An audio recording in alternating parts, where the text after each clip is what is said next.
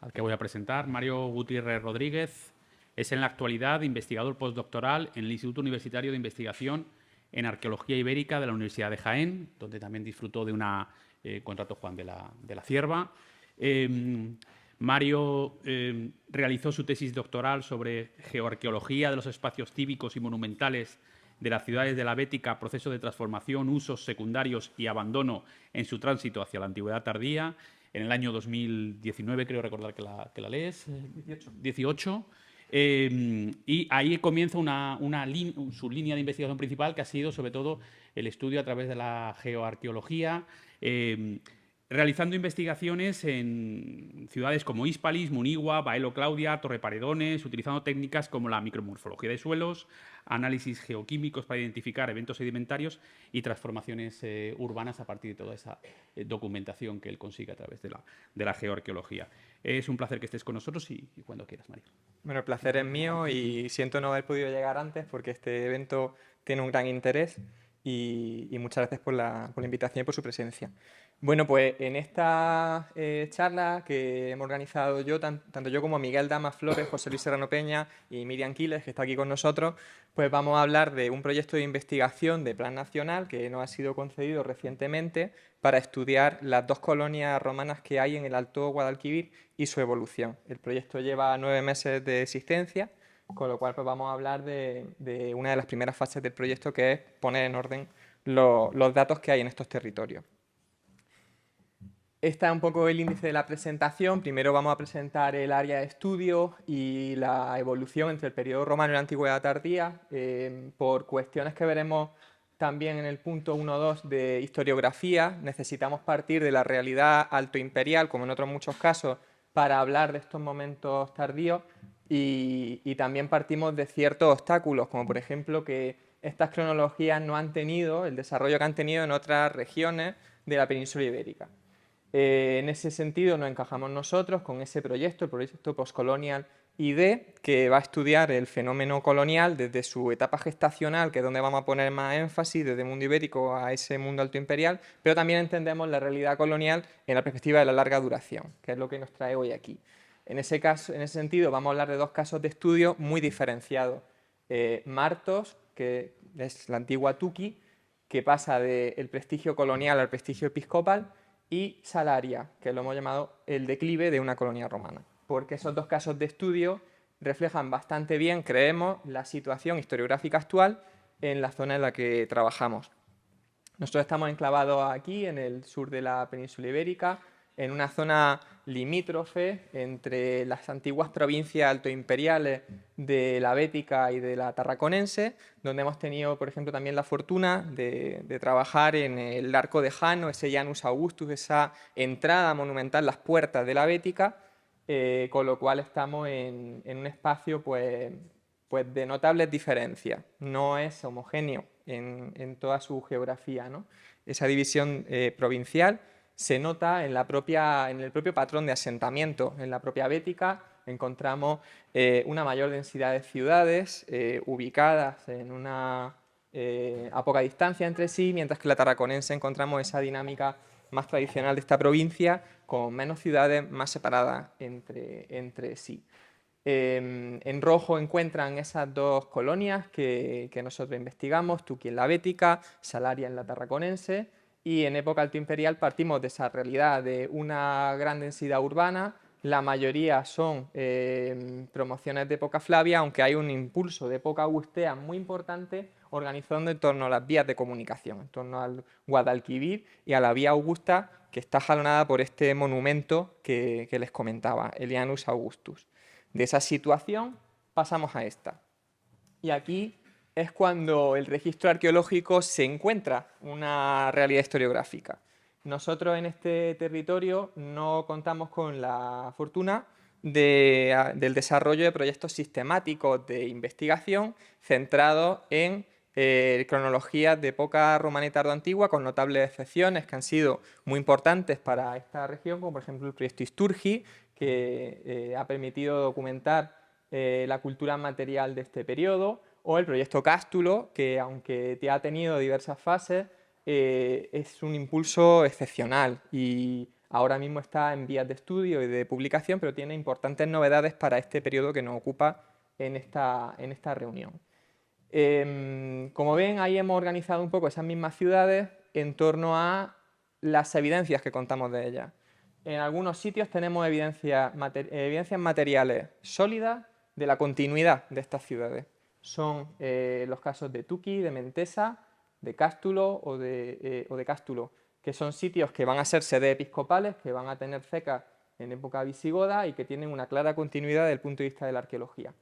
Eso contrasta con otros sitios donde tenemos solamente evidencias parciales de contextos de la época que tratamos en este seminario, o sitios donde sabemos que debió de haber una continuidad porque tenemos evidencia de estas ciudades en las fuentes escritas y epigráficas, como el caso de Iliturgi, donde tenemos la consagración de una iglesia por parte de la monarquía visigoda. Pero tenemos grandes vacíos que se deben a esta falta de proyectos sistemáticos centrados en la realidad de la ciudad y en la ordenación del territorio. Contamos con sitios que en principio no tienen continuidad estratigráfica documentada. Son sitios donde se han hecho excavaciones, pero los niveles de abandono están entre finales del siglo II e inicio del siglo III, más finales del siglo II. Y luego tenemos una gran cantidad de sitios sin datos. Esto ha llevado a una situación dicotómica de forma absolutamente involuntaria. En este territorio, al no haberse desarrollado estos proyectos de investigación, pues no han llegado realidades historiográficas muy consolidadas en otros territorios, como es la pervivencia del concepto de la ciudad. En ese sentido, contamos con ciudades, como les comentaba, como Cástulo, que tienen esa clarísima continuidad en la época tardoantigua, que parten de un urbanismo altoimperial muy espectacular, como por ejemplo esto que están viendo aquí, esos espacios domésticos de la zona sur de la ciudad, con ese mosaico de los amores, esa es una de las domus más grandes de la península ibérica, que se transforman en otras cosas en la antigüedad tardía. La espectacularidad del urbanismo en la antigüedad tardía es tal que encontramos que gran parte del urbanismo altoimperial es obliterado con el derrumbe sistemático de los muros de tapial para hacer una nueva ciudad encima con una nueva trama urbana. Aquí les traigo la transformación de ese espacio doméstico en lo que se ha propuesto, un espacio de culto bastante temprano del siglo IV en el que tenemos elementos como esa patena de vidrio inciso de un taller romano. O, por ejemplo, en otros sectores de la ciudad, como este de aquí, en el que en época altoimperial contamos con arquitectura pública, no sabemos si un foro de reducidas dimensiones, muy miniaturizado, o si un espacio público de otras características, que presenta una continuidad en la ocupación y una transformación muy notable con elementos de cultura material que sus excavadores remiten a una comunidad judía. Contamos con lucernas con menorá, contamos con alguna inscripción en grafito en alguna cerámica en hebreo, y lo que se ha propuesto aquí es la existencia de una posible sinagoga o de una posible comunidad, aunque esto está en vías de estudio para su afirmación definitiva. En cualquier caso, lo que sí que tenemos es contextos materiales claros de pervivencia en el siglo V, inicios del VI. El siglo VI es el momento digamos, bisagra de Cástulo, porque se abandona la sede episcopal que se traslada a Baeza, a Beatia, y en ese momento dejamos de tener contextos tan claros como estos de aquí. Esa realidad de continuidad es muy limitada en nuestro territorio. Son pocos los sitios donde tenemos evidencias arqueológicas claras de esto.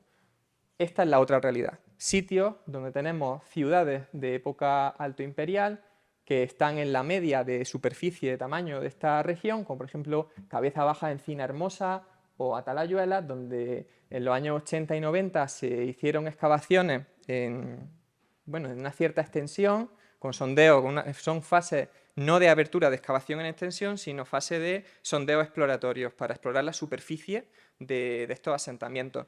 Y aquí lo que vemos es un urbanismo altoimperial que tiene unas fechas bastante tempranas de abandono.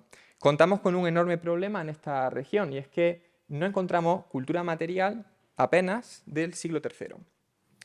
algo ocurre. Seguramente está vinculado con las dinámicas comerciales de los materiales más predominantes de ese momento, con los materiales africanos, quizá también con el conocimiento del final de las producciones de los billares de Andújar, que quizá no es tan claro como los inicios o la parte más central de esas producciones, y eso nos lleva a esta cuestión, que nos cuesta reconocer ciertos momentos cronológicos. Entonces, esta dicotomía quizás se debe a que las ciudades se abandonan, o algunas de esas ciudades se abandonan a inicios del siglo III, o quizá el problema es nuestro, quizá el problema es que no sabemos reconocer la cultura material de este periodo y eso nos lleva a esta especie de constructo historiográfico involuntario en el que tenemos esta clara dicotomía, sitios que perviven, sitios que supuestamente se abandonan.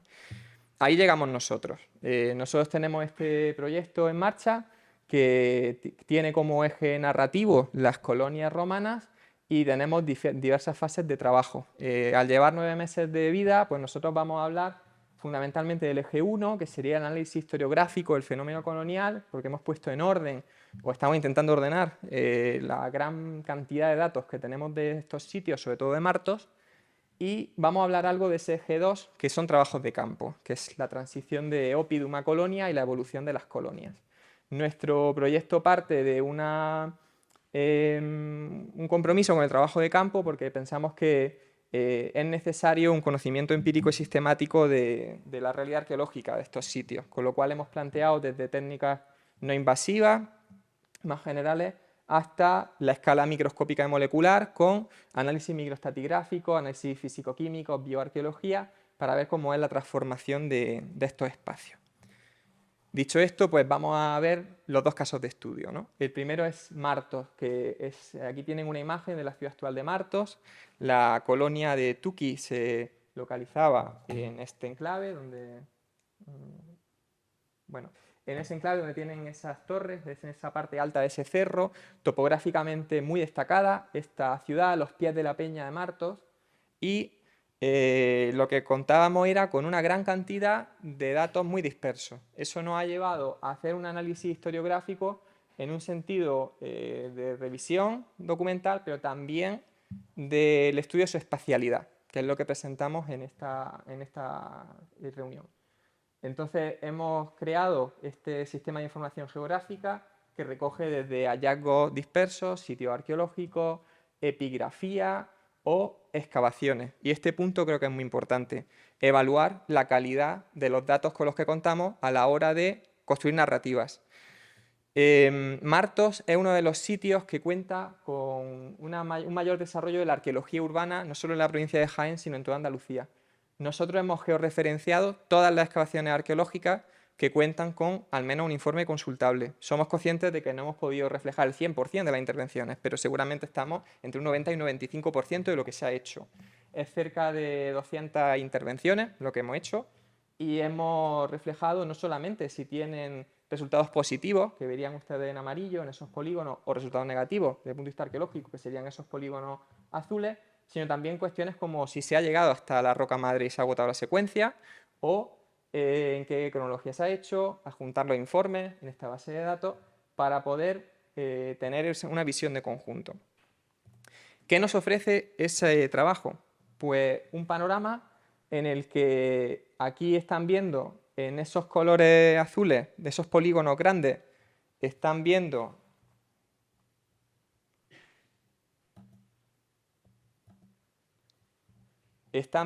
las distintas zonas de protección que cuenta el casco urbano de Martos y en esos polígonos chiquititos las excavaciones. Si hacemos un análisis de densidad, lo que vemos es que en una cierta manera se ha explorado una gran superficie del entorno periurbano de esta ciudad y lo que vemos es que la mayoría de las intervenciones arqueológicas que se desarrollan aquí, los resultados siempre son negativos, mientras que en este sector de aquí siempre son positivos, junto al arroyo de la Villa y a un arroyo hoy día desaparecido que venía por aquí.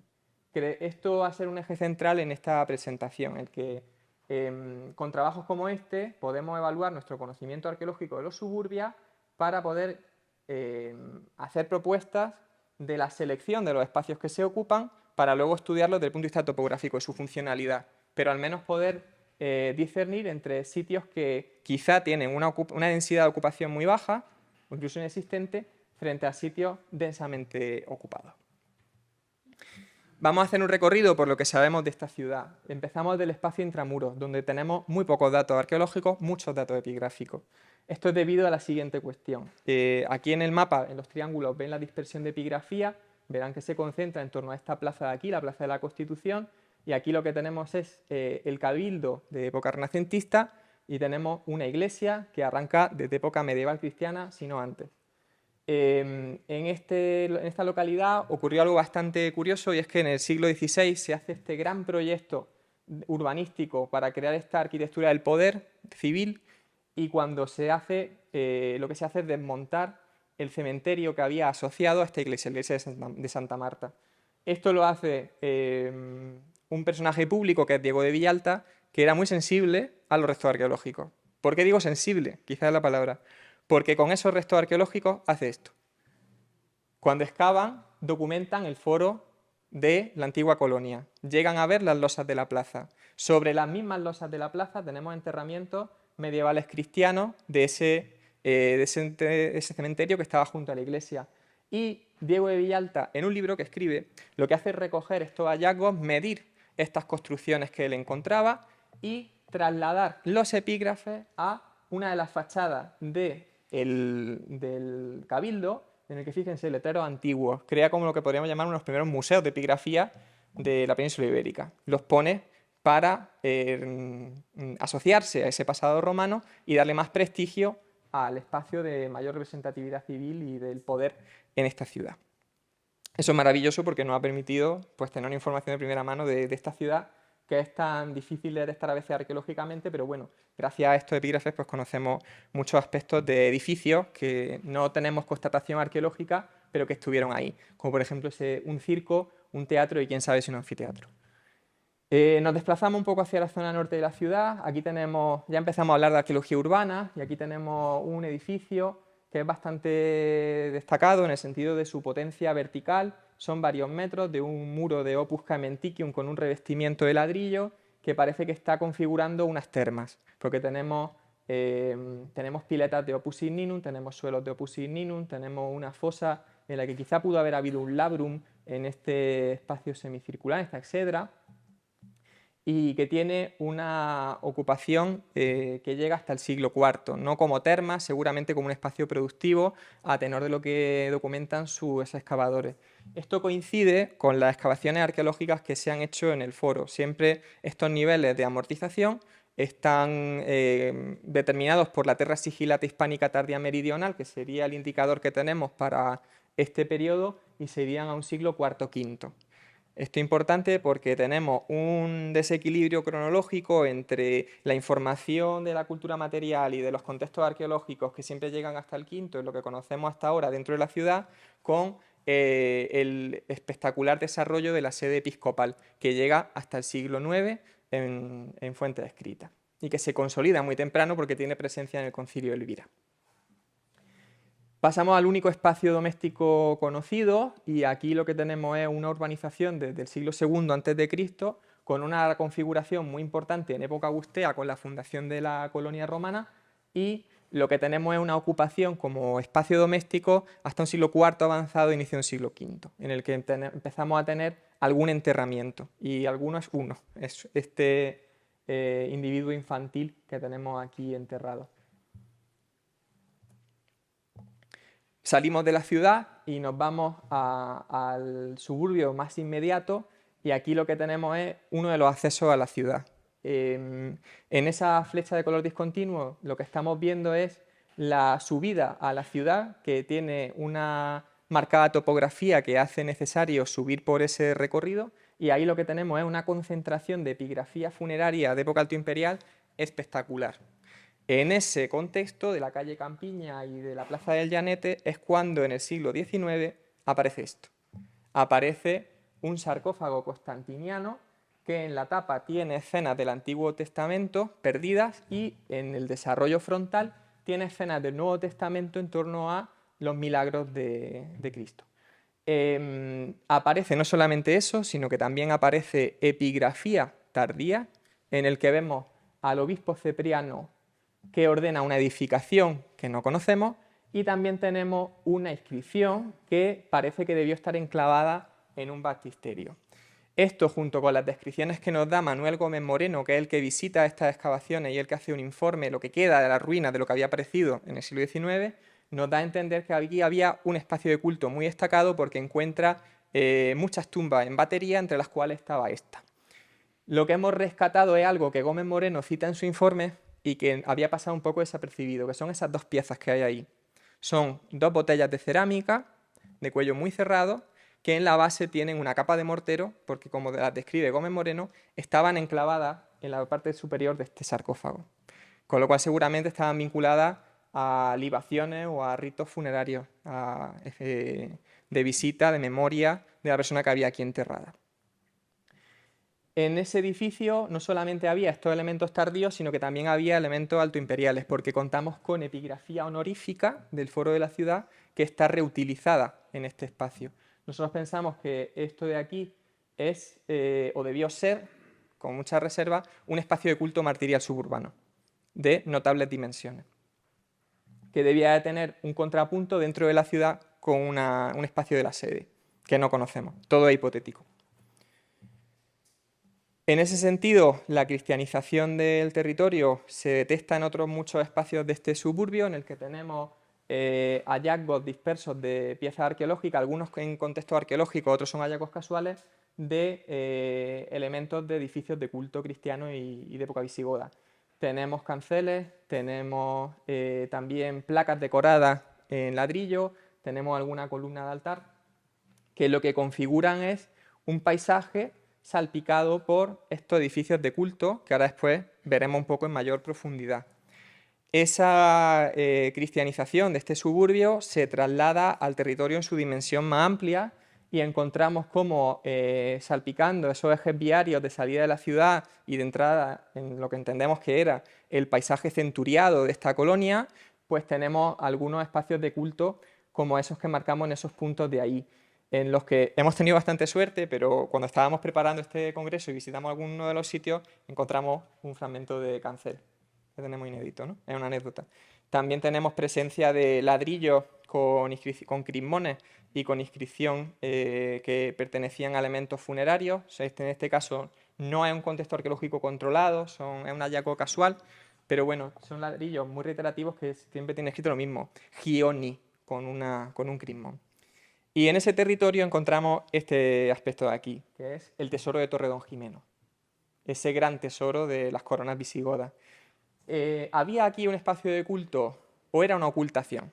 No lo sabemos. Quizá por lo espectacular de este tesoro estamos ante algo que no estaba pensado para ser expuesto en un sitio como este, sino en la sede de Martos, y quizás se trata de una ocultación. No lo sabemos. José Luis Serrano, que es uno de los autores de esta comunicación, junto con Marcos Soto, está emprendiendo trabajos de campo muy serios en esta zona para documentar un poco en qué contexto apareció esto, que era algo que no sabemos hasta ahora, ¿no?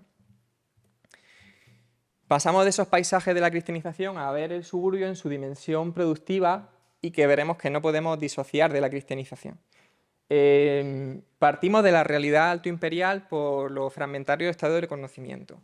Y aquí lo que vemos es en Martos la transición de un área periurbana altoimperial marcada por ese concepto de la geografía humana, de la ambigüedad en el que conviven muchos tipos de uso del suelo en un espacio muy reducido, en el que tenemos desde edificios de espectáculos, vías de comunicación, monumentos funerarios, espacios agrarios, otro tipo de producciones, a otra cosa, que es lo que vamos a ver ahora después. En ese sentido tenemos hornos muy cerca de la ciudad de época altoimperial, cuyas producciones todavía no conocemos porque sus excavadores no han dado muchos datos al respecto, pero que esperamos poder revisar en el futuro. Y encontramos un poquito más adelante esto de aquí. Es una vía, y esta vía va a ser la constante que va a unir ese mundo altoimperial con ese mundo tardío que nos ocupa en el seminario. Tenemos una vía que hemos constatado, o se ha constatado en diversas excavaciones a lo largo de más de 200 metros de recorrido, y lo que tenemos son construcciones a un lado y a otro de diversas épocas. Esa vía se crea con la fundación de la colonia, según se ha propuesto, y fíjense en esta sección estratigráfica cómo esa vía poco a poco se va recreciendo con el paso del tiempo y tiene un uso como camino al menos hasta época emiral y califal. Y desde esa primera fase que está pavimentada en piedra en algún sector, como ahora veremos, se pasa a esto, una vía pavimentada con guijarro y con arcilla. En época altoimperial tenemos monumentos funerarios a un lado y a otro de esta calzada que contaba además con un canal de drenaje que ven aquí, y fíjense cómo también esa continuidad del espacio se mantiene hasta que en época medieval islámica se construye sobre la propia calzada, que podría ser lo que llamamos el final de este eje viario. Al lado de ese eje viario encontramos otro tipo de ocupaciones, como por ejemplo esta vila de aquí, que cuenta con un espacio porticado con un peristilo, que en la antigüedad tardía se transforma en un espacio esencialmente productivo, con hornos y con estructuras de difícil interpretación. Al menos leyendo informes tenemos que revisar materiales como esta estructura construida en ladrillo con una gran fosa central cuadrada y con otra construcción cuadrada de ladrillo y con canales de evacuación. Tiene que estar vinculado con algo de producción que involucra líquidos, pero no sabemos muy bien el qué. Cualquier propuesta es bien recibida. En esa vila no solamente encontramos estructuras domésticas y productivas tardoantiguas, sino que también tenemos cosas como esto. Este pozo de época altoimperial. Y esto es bastante interesante con cosas que vamos a ver después, porque en este espacio suburbano lo que más destaca es la reorientación de los recursos hídricos como medio de irrigación, con lo cual este pozo aquí tiene que tener otro tipo de funcionalidad, quizá para beber, quizá para animales, no lo sabemos. Como voy muy mal de tiempo, voy a avanzar un poco rápido. Tenemos el fenómeno de la vila bien representado, con vilas como la de la Avenida de los Olivares, que tiene una continuidad como espacio doméstico hasta la antigüedad tardía, hasta un siglo V. Y tenemos también evidencias materiales de actividades productivas en su interior, o tenemos mosaicos que tienen espacios de trabajo amortizando estos mosaicos. Tenemos vilas como la de Puente de la Hoya, que tiene unas termas bastante potentes que en el siglo IV se transforman en un espacio de producción metalúrgica, o tenemos una cisterna que llega con ocupación hasta un siglo VI como un espacio productivo. Sus excavadores refieren algo no publicado, que aquí hay cubos metálicos, ruedas de carro y que hay instrumental agrario, con lo cual sería un espacio muy agropecuario. Al lado de esa vía tenemos esto. Tenemos justo en el punto en el que la vía deja de ser pavimentada en piedra y comienza a ser pavimentada con grava, tenemos un espacio altoimperial que podemos definir como un hórreum, una vila, que se transforma en una basílica cristiana.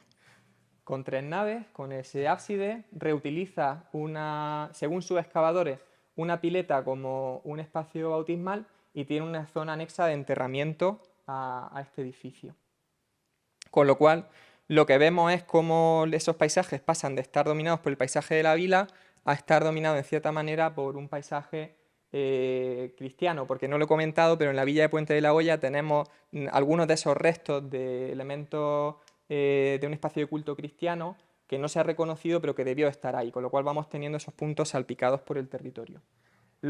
A mí lo que más me llamó la atención cuando empecé este proyecto es que hay muchas excavaciones que han documentado espacios agrarios como tal, una realidad muy invisible y que quizá nos permite reflexionar sobre quién habita el suburbio y en qué condiciones.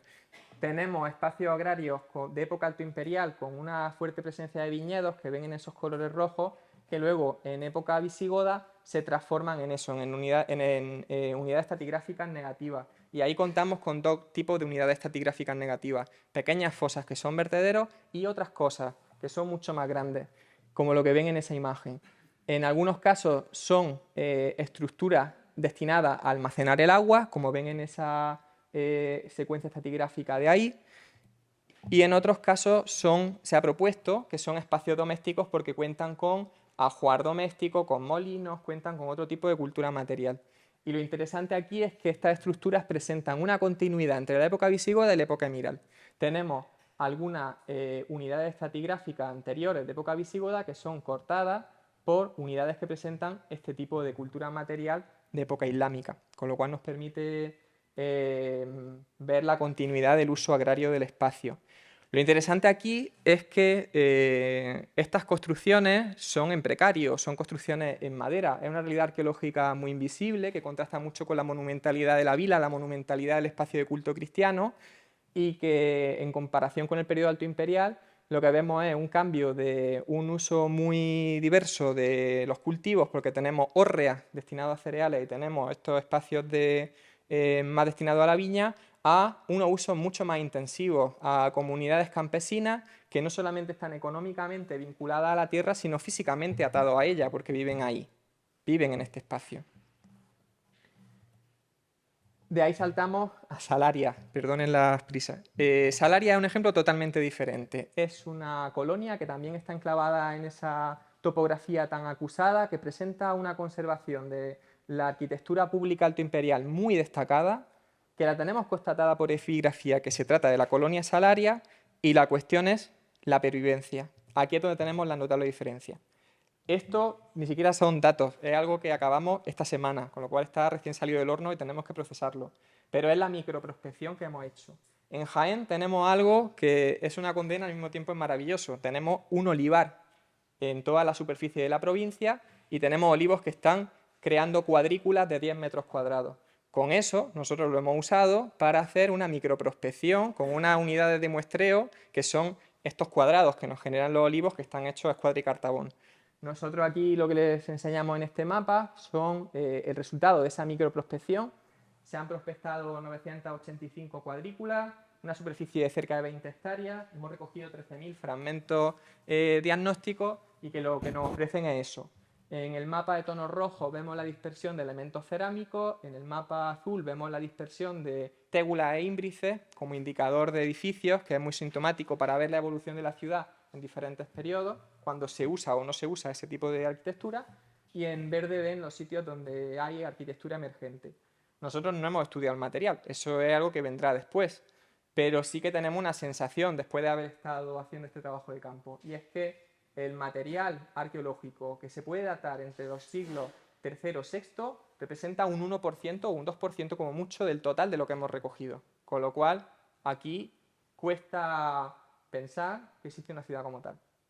Entonces quizás sería un ejemplo muy diverso a Martos, en el que es una ciudad que no continúa en el tiempo.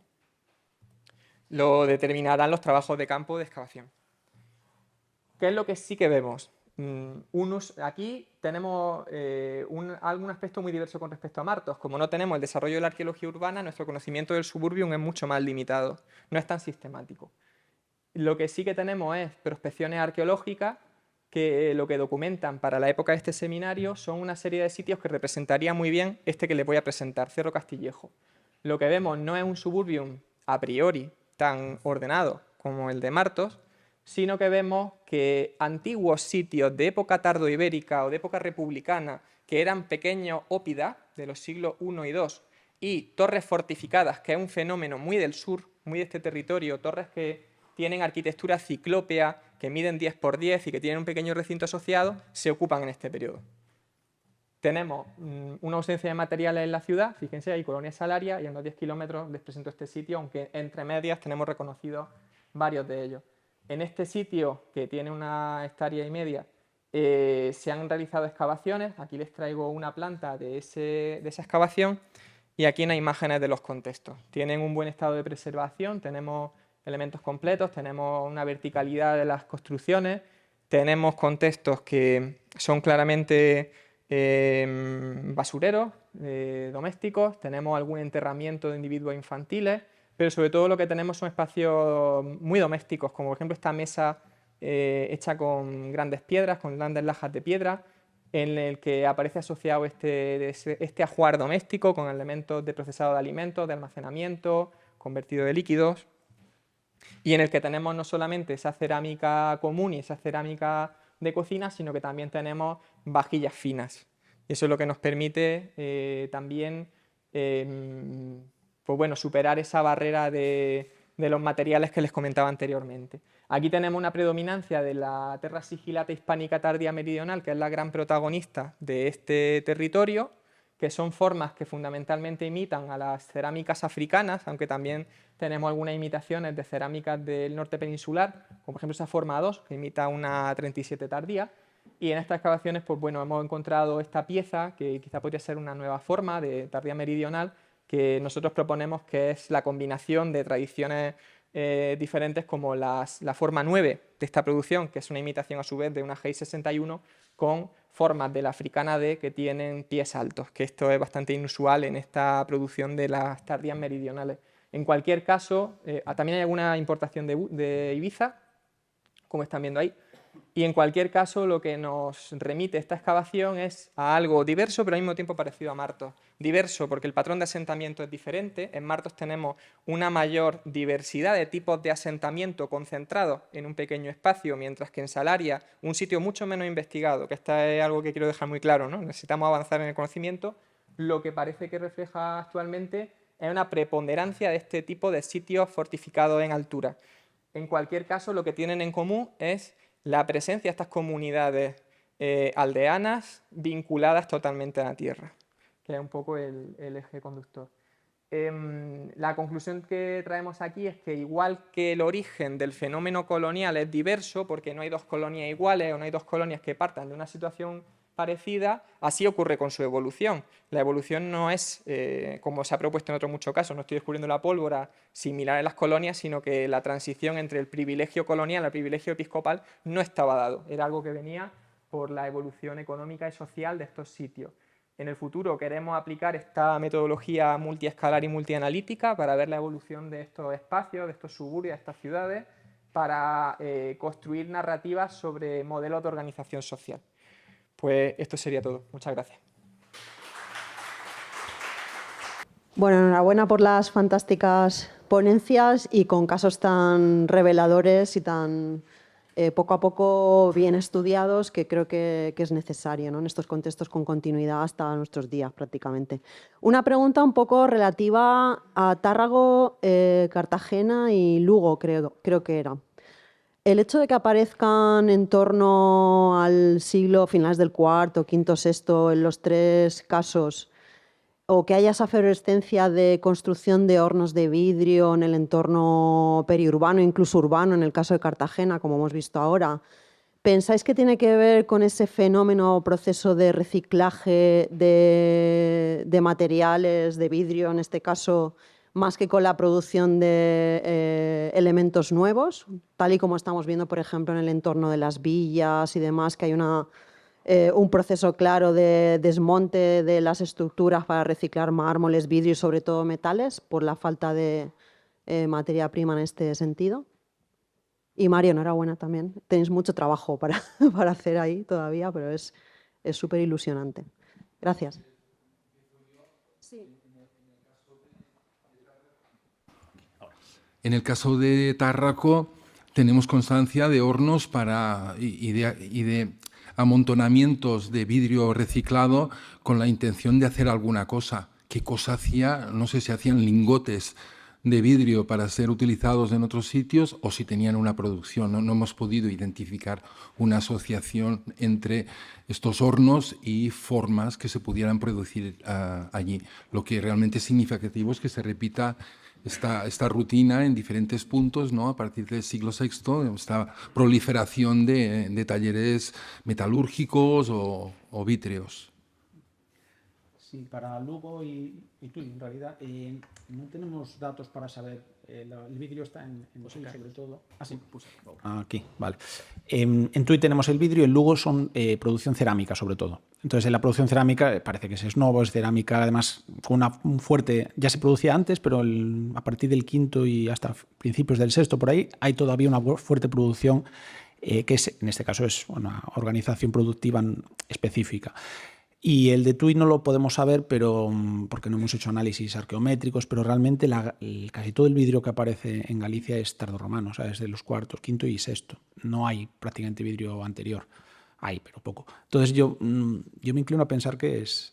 puede ser que estén reusando todo aquel vidrio, pero yo creo que es una producción ex novo.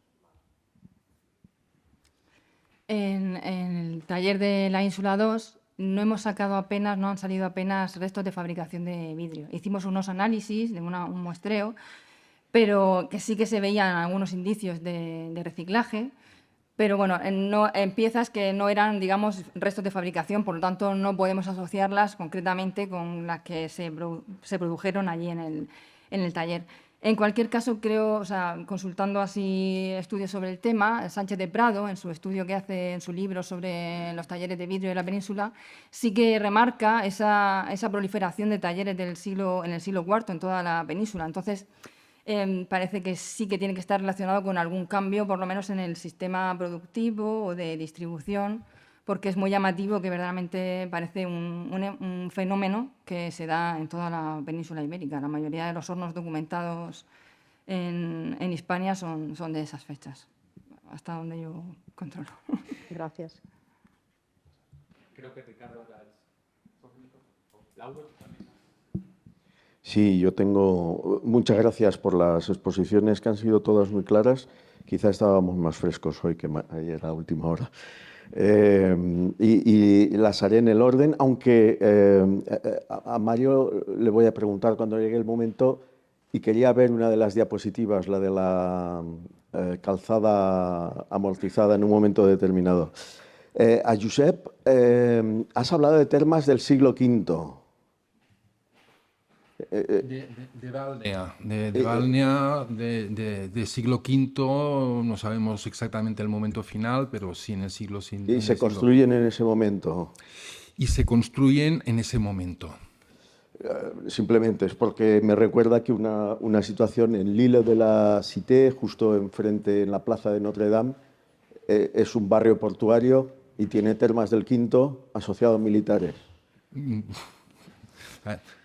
Allí ya no llego, pero sí que hemos identificado tanto en la parcela número 31 del Peri 2, que no está asociado, no tiene continuidad en planta, con lo cual deducimos de que se trata de un edificio que funcionaba autónomamente, que por tanto con un doble conjunto de baños, que se trata de los Valnea, que bueno, en fin, solo hay que recurrir a los regionarios de Roma para el siglo IV, con ese casi 1000 edificios relacionados con el baño, que no tenían que ser grandes termas, no son grandes termas, sino que son de un tamaño más reducido.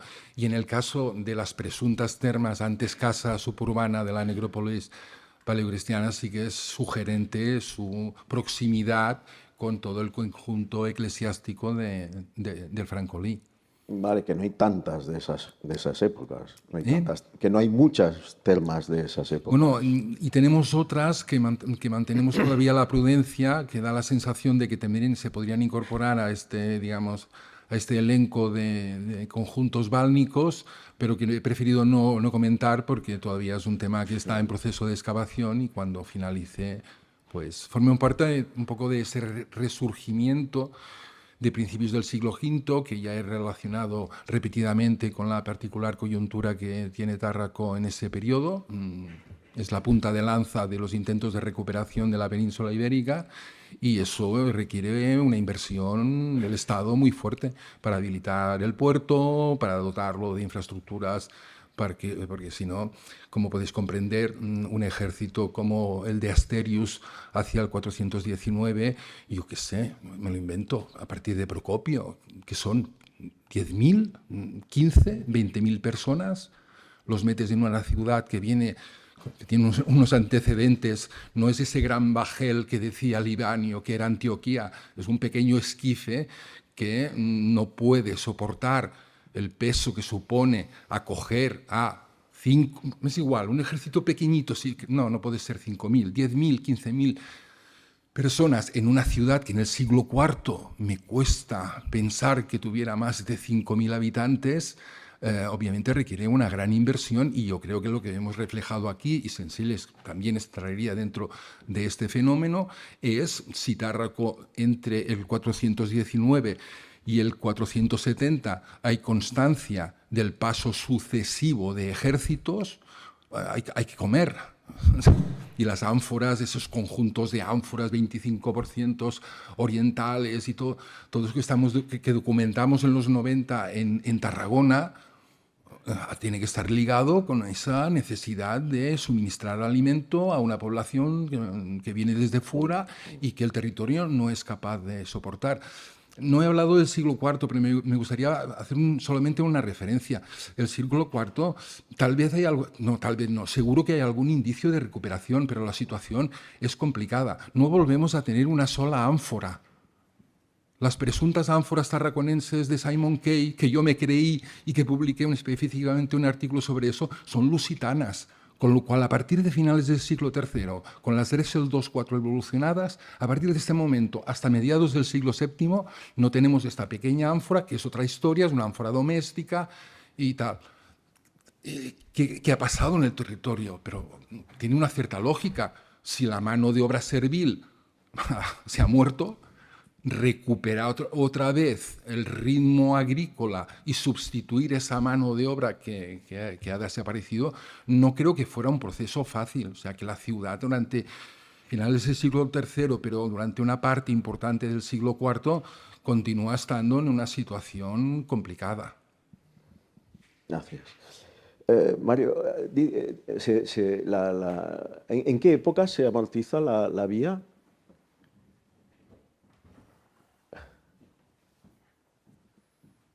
La vía la tenemos en ocupación desde la época de la fundación de la colonia, que la tenemos pavimentada en piedra hasta este punto y a partir de aquí la tenemos pavimentada en grava.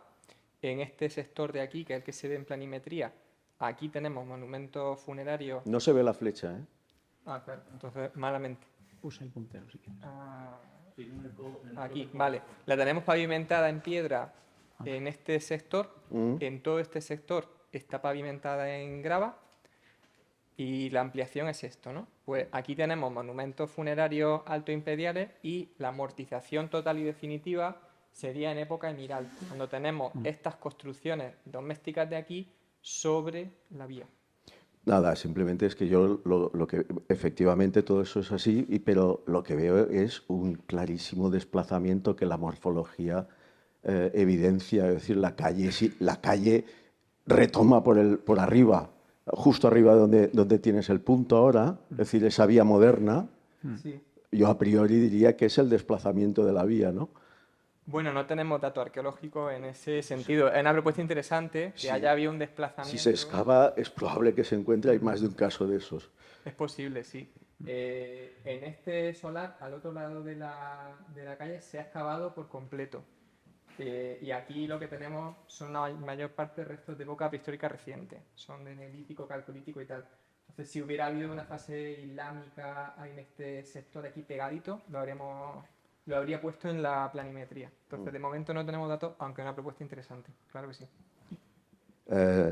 José Carlos, TUI, aglomeración secundaria y un foro. Me explico. Sí.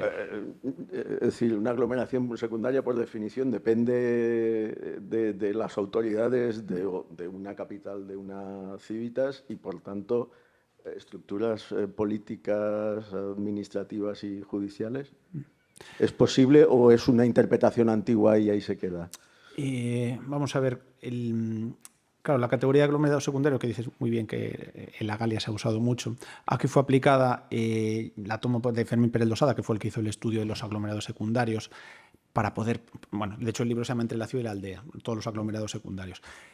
Para el caso de Tui hay una hipótesis, pero no está comprobado, de que hay una serie de epigrafía, de epígrafes, etcétera, que no los he mostrado porque son altoimperiales, que hacen referencia, y ahora no recuerdo bien, tendría que mirar, a un foro, y no recuerdo exactamente las referencias, tendría que buscarlas, no le presté mucha atención porque me dediqué a la parte tardoantigua, pero sí hay, y por eso se ha propuesto que puede haber efectivamente un foro, pero no hay evidencias arqueológicas del mismo. Si hay alguna inscripción, en algún momento no es aglomeración secundaria. Ya. Y se independiza de, claro, como ocurre en el Valle del Po, en Italia y todo eso. Sí. Vale, gracias. Y ya por último, Victoria, la estancia donde hay, que se interpreta posiblemente como forja, ¿y hay escorias? ¿O son batiduras de forja? No, son escorias. Son escorias, no, batiduras no hemos encontrado. Vale. Son escorias. Entonces, a lo mejor no es forja. Ya, pero es que las estructuras que tenemos ahí tampoco lo veíamos muy claro, que fueran hornos de fundición o algo así, de metalurgia. Entonces, para ser, digamos, precavidos. Metalurgia. Para ser precavidos, metalurgia. Claro. Mejor. Gracias.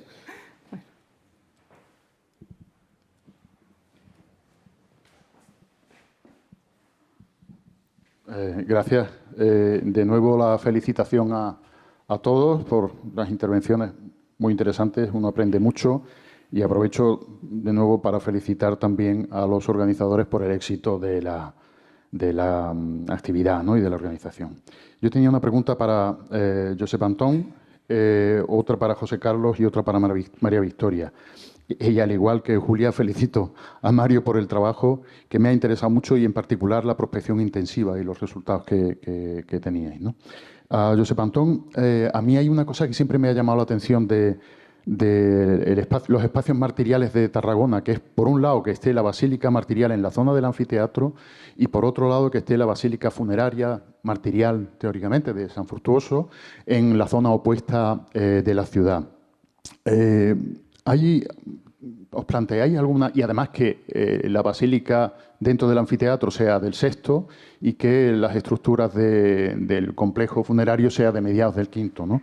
¿Hay alguna explicación para esa diferenciación tan clara y que no sea el entorno del anfiteatro el espacio a partir del cual y en torno al cual surja ese espacio funerario? Y en relación con eso,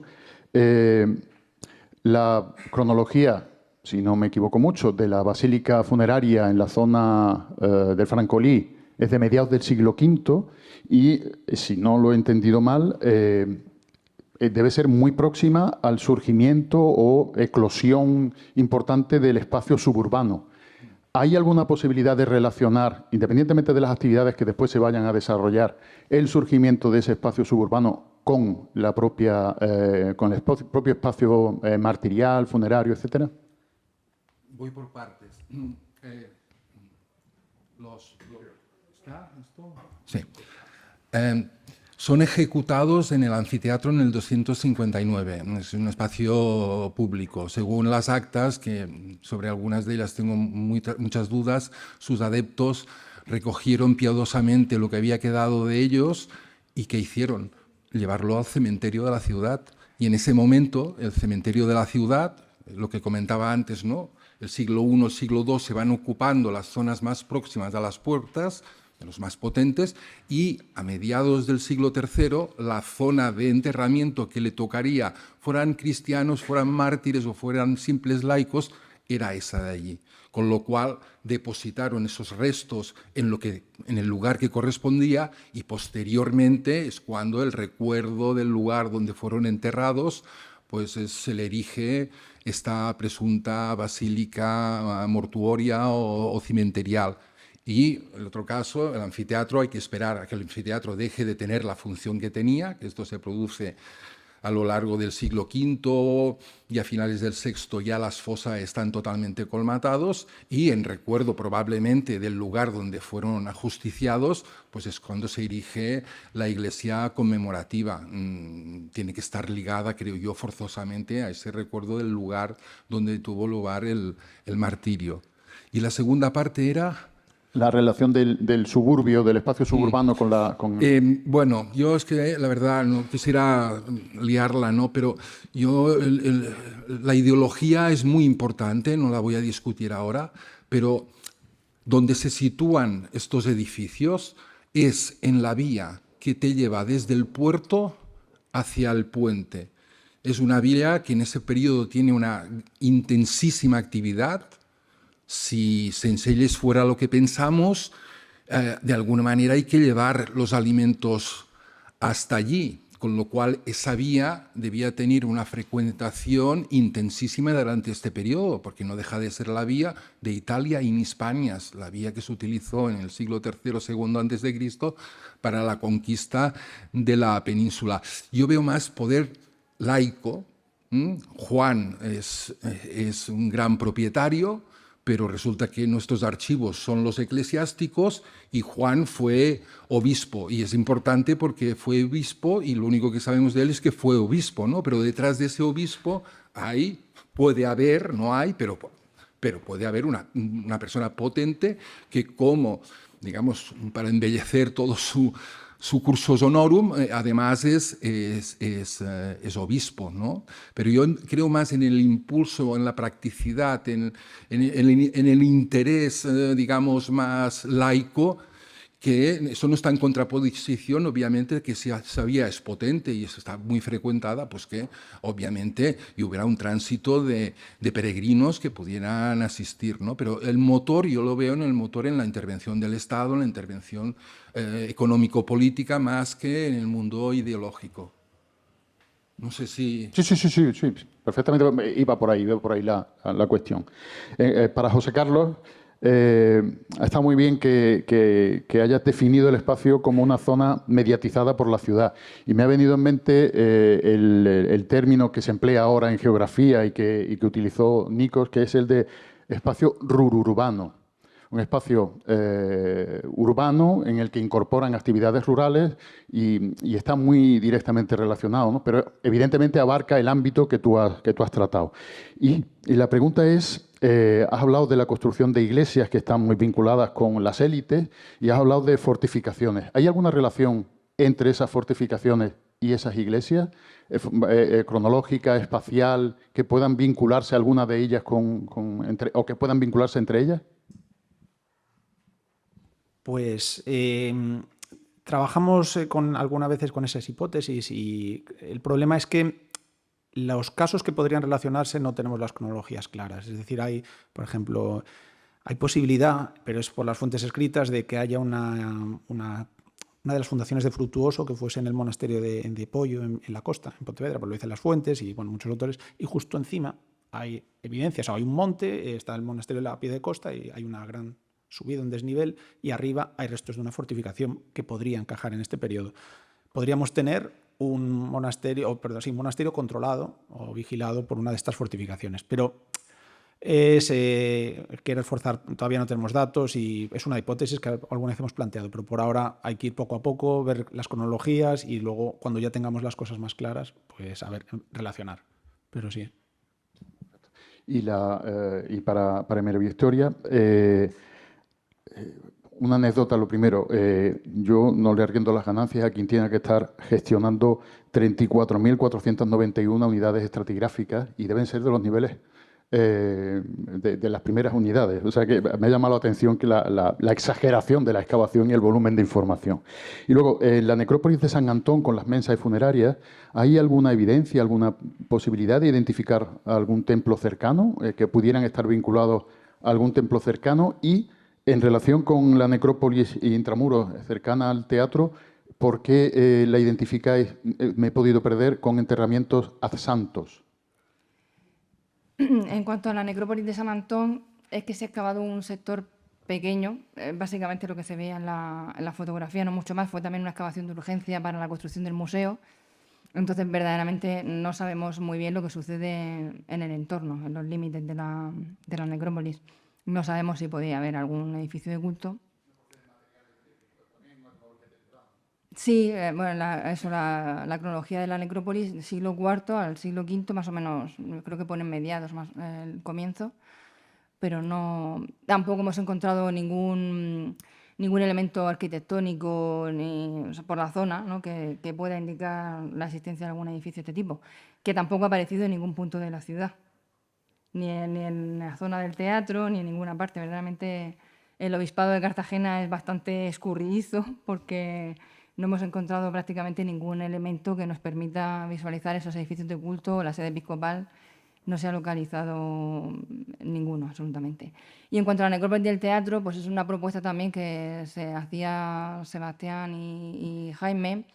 Entiendo que por la cercanía a la iglesia tan antigua de allí de Cartagena, que sí que sabemos que tiene niveles medievales, y porque como está dentro del perímetro y parece que todas las demás necrópolis se mantienen fuera, pues en este caso por si la introducción en el perímetro urbano fuera por esa adhesión al edificio religioso. Entiendo. Claro, sí, sí.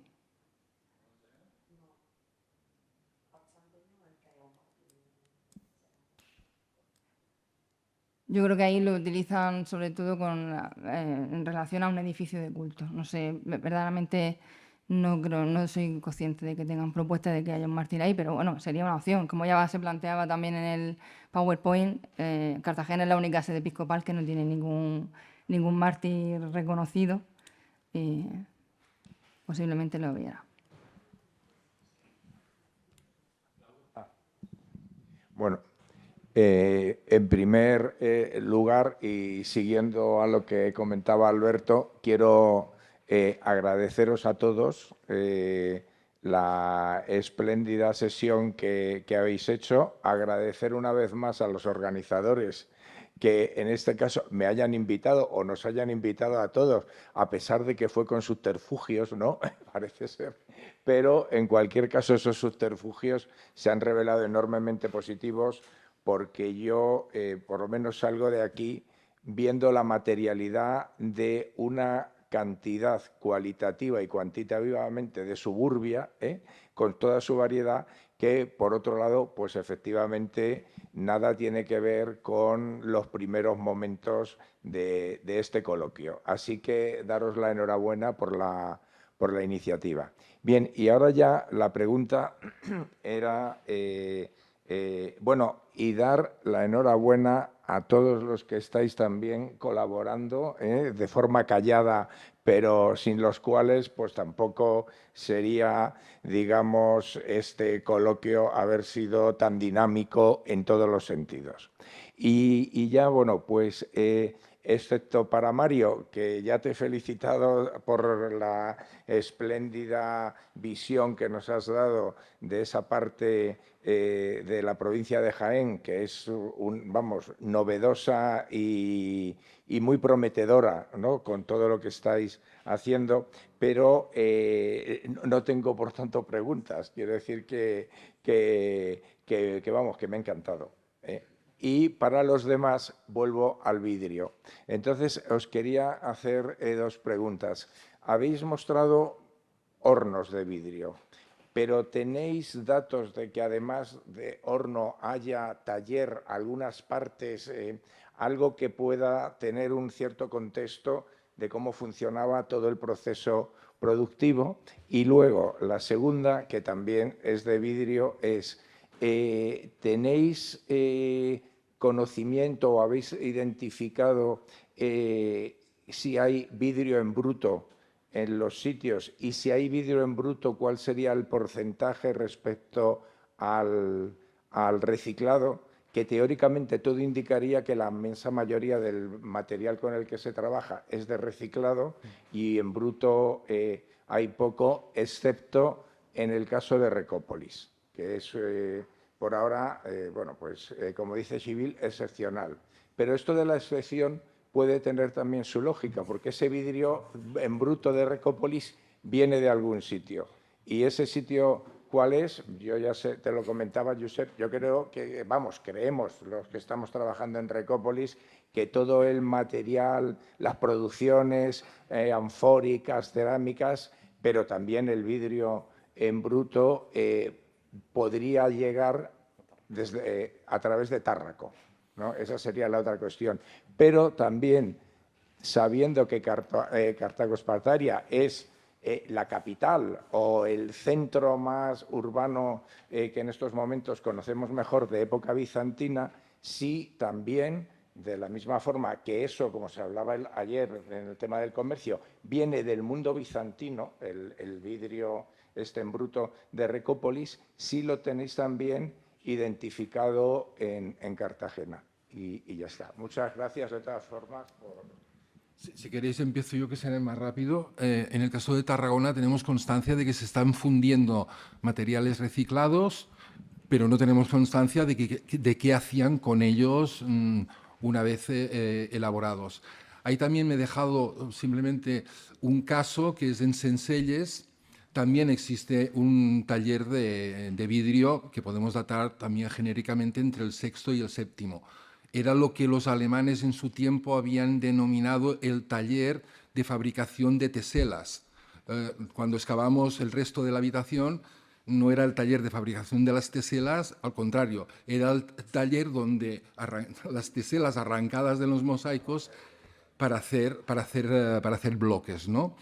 Entonces, tenemos constatado esta parte del proceso. Ahora bien, si se llegó a manufacturar o no y qué se manufacturó, de momento no tenemos evidencias en este sentido. Tárraco. Sí, bueno, yo también muy brevemente. La verdad es que la respuesta no tenemos prácticamente evidencias. Lo único que sabemos es que en la zona en Tui hay una serie de espacios, son tres estructuras domésticas que continuarían, por eso los excavados aparte, con evidencias de la producción de vidrio. Y lo que sí que sabemos es que el vidrio que luego aparece, porque, como decía, hay bastante vidrio, es uno de los materiales más diagnósticos de los siglos V, VI en los yacimientos gallegos de este periodo. Luego ya no tenemos más. Es como el último material típicamente romano, incluso cuando ya las cerámicas dejan de llegar a algunos sitios, todavía tenemos vidrio. Y se sabe, ahora no recuerdo porque hay algunas analíticas, que es vidrio regional, local, o sea, hay una producción en muchos sitios que se distribuye, pero no puedo decir la verdad mucho más. Lo que sabemos. En cuanto al taller de Cartagena, he puesto otra vez esta diapositiva. La fotografía de la izquierda, de la izquierda es el horno más grande que tenemos.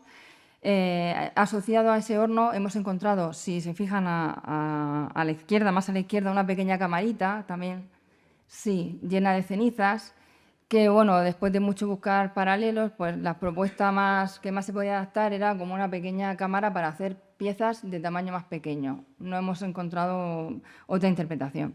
Y en cuanto al otro horno, que es el que ven en la parte derecha, muy cerca del horno está la estructura que ven en la parte superior, ese sillar de arenisca vaciado en el centro, que le falta un fragmento, ¿no? Se ven ahí los jalones puestos. Eso es un sillar de arenisca vaciado, como una especie de mortero.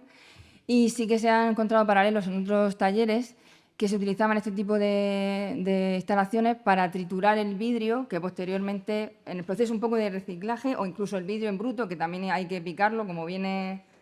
Entonces se utilizaba como mortero para picar esos fragmentos de vidrio y ya poder realizar el proceso de fundido y de fabricación. Y en cuanto al vidrio de Recópolis, sí que tenemos vidrio de origen levantino en Cartagena, pero ahora mismo tampoco tengo el dato concreto. Sé que sí que para época bizantina tenemos el porcentaje, ya no sé decir. Sí que hay vidrio levantino. Supongo, eso es lo que no tengo el dato ahora mismo. Damián. Sí, muchas gracias a los cuatro, fantásticas presentaciones. Aprendí más de lo que puedo absorber en una mañana. Pero tengo una pregunta muy puntual para Josep, que tiene que ver con el tema de conectividad del que hablé yo en mi presentación. Hay un artículo reciente que conocerás de Eduardo Carrero, Emma Hornby y Rebecca Malloy sobre la procesión de carnes tolendas. Ellos hacen una relectura de lo oracional de Verona y tratan de reconstruir la procesión de carnes tolendas en base a la topografía cristiana de Tarragona. Y llegan a la conclusión de que la procesión va hacia la catedral, hacia arriba, la parte alta de la ciudad, después parte hacia San Fructuoso, que ellos se identifican no con una iglesia aparte, sino con una capilla o un altar dentro del complejo episcopal. Lo que no pueden determinar es desde dónde viene esta procesión. Y mi pregunta es, viendo la actividad que hay en ese suburbio, la actividad importante, si es posible identificar una comunidad cristiana, sea monástica o de otro tipo, que pueda ser el posible punto de origen de este tipo de procesiones. Personalmente, lo que se ha venido denominando la Basílica de Eroski o la Basílica septentrional, no la que está relacionada con los restos, es un monasterio. Yo creo que allí hay, aparte de una actividad laica, digamos, hay una actividad también eclesiástica muy importante, ese conjunto que se va distribuyendo por toda la vía, algún significado tiene que tener y debería haber tenido en su momento, como refleja lo racional, ser un punto importante, punto de partida. No me parece que se pueda ni afirmar ni rebatir, ¿no? Pero que lógicamente tiene un peso importante este sector eclesiástico de la ciudad. ¿Sí? Darío. Sí, bueno, pues yo también os quiero felicitar porque si no parece que no me ha gustado vuestra charla. Quiero decir también que me gusta especialmente la de Mario por su novedad, porque es una zona muy mal conocida, la Antigüedad Tardía, y la verdad es que has puesto cantidad de cosas de sumo interés que darán de hablar mucho en el futuro. Como ya queda muy poco tiempo, yo de todas las cosas que tengo aquí anotadas, solamente quería hacer una reflexión y 2 pequeñas preguntas. La reflexión en relación al vidrio, que como habéis dicho, efectivamente hay hornos de vidrio en todos lados, en todas las ciudades. En Baelo Clodá no tenemos los hornos, pero sí tenemos paredes de hornos de vidrio en posición secundaria en otros sitios. Probablemente, o una de las interpretaciones puede ser que hay problemas de abastecimiento de vidrio en época tardía. Igual que pasa con la moneda, como todos sabemos. Entonces, ¿eso qué provoca? Pues provoca estos fenómenos de producción urbana y suburbana para intentar generar un panorama inverso a lo que pasa en Recópolis, porque siempre que se hace un análisis composicional del vidrio te sale un porcentaje de vidrio reciclado brutal, que probablemente ahí en Recópolis no lo tenéis, porque como la ciudad está nuevecita, hay poco que reciclar y se traen las cosas de fuera, se traen los lingotes. Claro. Yo las 2 preguntas que quería hacer de todas las que tengo aquí son a Pepe Antón, que me ha interesado muchísimo esto que ha comentado de, si lo ha notado bien, de un horno en Mas de Calonges del tipo este tardío B. Que a ver si puedes decirnos alguna cosilla más, porque sería, yo creo que es el horno de producción de ánfora más tardío de Hispania, conocido. No he querido extenderme porque ya sabes que si entramos en ánforas entonces ya no hay manera de parar, ¿no? Es realmente interesante la localización absolutamente casual en una zona además donde existía una escasísima expectativa arqueológica. Se ha documentado muy parcialmente, en muy mal estado, y no tan solo produce el tipo de ánfora tardío B, sino que además produce una enorme cantidad de cerámica común, de morteros, de ollas, de cazuelas, que una parte fueron recogidos en la tesis de Macías, en su cronotipología, pero que la mayoría no estaban en su cronotipología. Es curioso este caso, ¿no? De que estaban fuera lo que decía, ¿no? Simon Kane no la encontró y él trabajaba básicamente con contextos de la parte alta. Y la verdad es que después de tantas excavaciones urbanas continúa siendo una rareza en la parte alta. Y en cambio, en la parte baja, no solo la fuente, que es el caso más exagerado y que pone de manifiesto la vinculación entre el centro productor y el área de consumo, se distribuye de forma uniforme, diría yo, por todo el suburbio portuario. Es como si fuera, ¿no?, el suburbio de lo que había sido un suburbio, es decir, una actividad que su objetivo es facilitar instrumentum domesticum a un área muy reducida. Hemos constatado que alguna de estas ánforas viaja un poco, pero de momento un radio de 35 kilómetros alrededor y con escasa penetración hacia adentro. Lo que esperamos es que terminar las excavaciones y afrontar una revisión a fondo, tanto a partir de los materiales del centro de producción, como especialmente con los 20.000 fragmentos que tenemos en la fuente. Formaría parte de ese fenómeno de ánforas de fondo umbilicado, fundamentalmente domésticas, que alguna podía viajar, pero fundamentalmente entran dentro del ámbito doméstico, que tenemos constatadas en Italia y en otros puntos. Y como paralelo un poco nos habíamos fijado en el caso de Otranto, ¿no?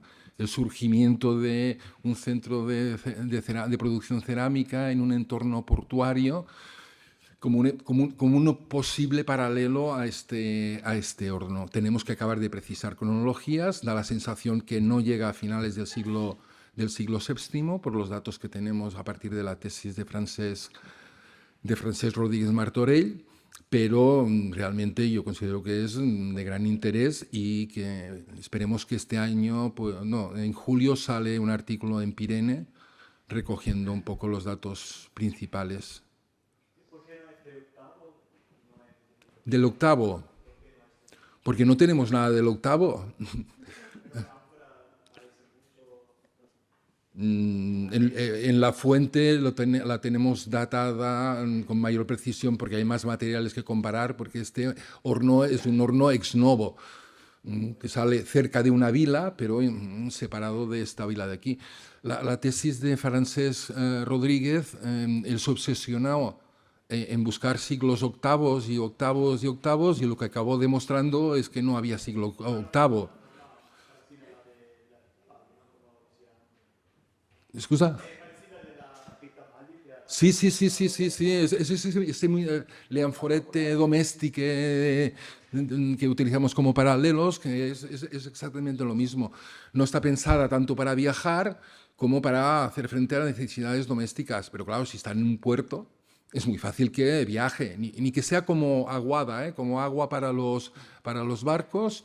No es necesario que transporte ningún tipo de producto, aunque podría haberlo transportado, un pequeño excedente de vino o de aceite, pero ahí de momento lo que tenemos constatado es que su mercado, entre comillas, preferente es no Tárraco, sino esa parte de Tárraco, porque ese kilómetro que lo separa de la parte alta se debe hacer difícil, o la parte alta cuenta con otros hornos más cercanos que lo aprovisionaban, porque es realmente significativo que en la parte baja sea relevante su presencia y que no tengamos prácticamente ni un fragmento en la parte alta. De nada. Darío, ¿sí? Sí, perfecto. Muchas gracias y enhorabuena porque es un hallazgo muy importante, ¿eh?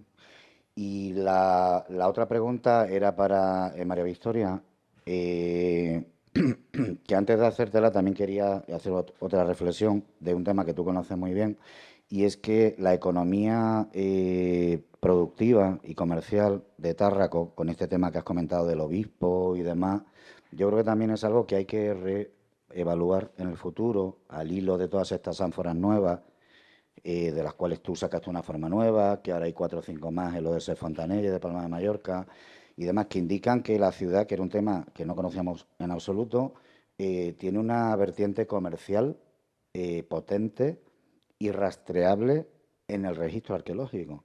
Entonces, buena parte de las ánforas, por ejemplo, las Almagro 51C, que cuando te las ponías en la mesa, que es lo que hacemos siempre los ceramólogos, por exclusión, dice esto que es lusitano o bético, pues ya no vale eso. Ya pueden ser también de Cartagena. Entonces, eso también va a obligar a revisar mucho. Yo la única pregunta que te quería hacer, que me parece muy significativo, es, indicas que tenéis 26 posibles cenotafios en una de las necrópolis tardoantiguas y en la foto que he visto tenéis algún ajuar dentro. Verdaderamente no te puedo dar muchísima más información sobre eso. No está la información sobre la sepultura individual, la cenotación, no está publicada y bueno, pues la información que tenemos de momento es aquella. Como estamos trabajando ahora mismo en la necrópolis, se está estudiando, pues supongo que se estudiarán también los ajuares de esas tumbas. Es que es una cosa, porque siempre que encontramos una tumba vacía decimos esto, pero la verdad es que hay muchas dudas, ¿eh? Muchas dudas porque a veces es las propias características del sustrato que provocan que no se conserven los huesos o que hayan expoliado la tumba y que no se haya visto bien la fosa de expolio. Por eso que tengáis tantas, yo creo que es una cosa bastante interesante para que la estudiéis en profundidad, ¿eh? Sí, como digo, ahora hay un proyecto que retoma el reestudio de la necrópolis y bueno, pues en ese marco se está realizando. Estudiaremos los ajuares y bueno, la estratigrafía igualmente llama la atención que siendo en el mismo área que el resto, pues por temas de conservación quizá pues es un poco raro, ¿no?, que no se conserven los cuerpos, pero quizás sí pues algún expolio, remoción posterior, que no lo sabemos verdaderamente. Lo hemos puesto porque no, o sea, si alguien tenía alguna sugerencia, porque verdaderamente no, ahora mismo no sabemos muy bien cómo solucionar la cuestión.